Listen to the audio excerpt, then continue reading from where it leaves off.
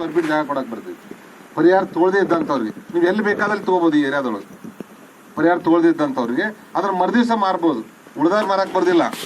ನಾವು ಇಂಡಸ್ಟ್ರಿಗೆ ಏನು ಅಲಾಟ್ಮೆಂಟ್ ಮಾಡ್ತೀವಿ, ಅವ್ರು ನಮ್ಗೆ ವಾಪಸ್ ಇದೆ ನಾವು ಸೇಲ್ ಮಾಡ್ತೀವಿ, ನಮ್ಮ ಸೇಲ್ ರೇಟ್ ಮಾಡ್ಕೊಡಂದ್ರೆ ಇಲ್ಲ. ಅವ್ರಿಗೆ ಫ್ಯಾಕ್ಟ್ರಿ ಕಟ್ಟಿದ ಮೇಲೆ ಅವ್ರು ಸೇಲ್ ಮಾಡಕ್ಕೆ ಅವಕಾಶ ಅದ. ಅದು ನಿಮ್ಗೆ ಏನು 11,600 ಸ್ಕ್ವೇರ್ ಫೀಟ್ ಏನು ಜಾಗ ಕೊಡ್ತೀವಿ, ನೆಕ್ಸ್ಟ್ ಏನು ಮಾರ್ಬೋದು, ಅಲ್ಲಿ ಮನಿ ಕಟ್ಸ್ಕೋಬಹುದು ಅಥವಾ ಫ್ಯಾಕ್ಟ್ರಿ ಮಾಡ್ಬೋದು. ನೀವು ಏನ್ ಬೇಕಾದ್ ಮಾಡ್ಲಿಕ್ಕೆ ಅವಕಾಶ ಇದೆ, ಅದನ್ನು ನಿಮ್ಮ ಮಾಡ್ಕೊಡ್ಬೋದು. ಅದನ್ನೊಂದು ಅವಕಾಶ. ಪರಿಹಾರ ತಗೊಳ್ಳಾರ್ದವ್ರಿಗೆ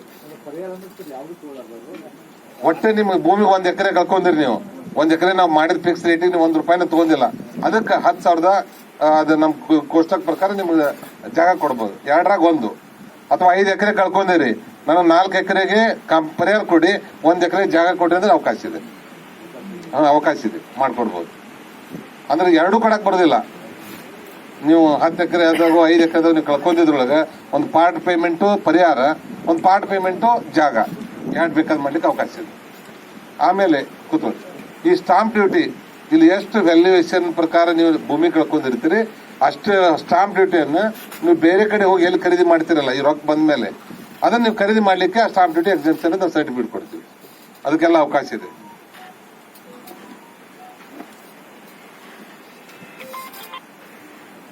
ಇನ್ನೊಂದು, ಈ ಲ್ಯಾಂಡ್ ಎಕ್ವೇಷನ್ ಮಾಡಿ ಪರಿಹಾರ ಕೊಡೋ ಟೈಮ್ದಲ್ಲಿ GMC ಅಂತ ಹೇಳಿ ಮಾಡ್ತಾರೆ.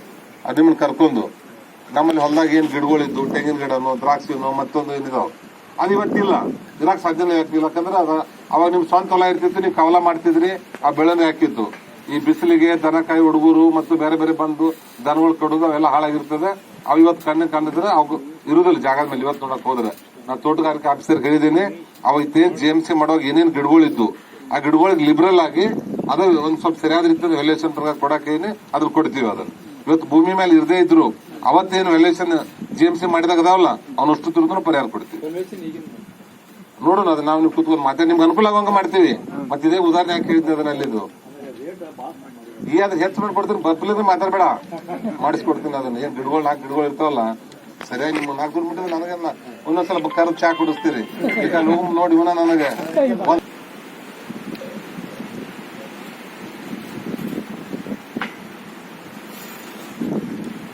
60 ವರ್ಷ ದಾಟಿದಂತವ್ರಿಗೇನ್ ಇದು ಕೊಡ್ಬೇಕಂದಿರಲ್ಲ ಪಿಂಚಣಿ.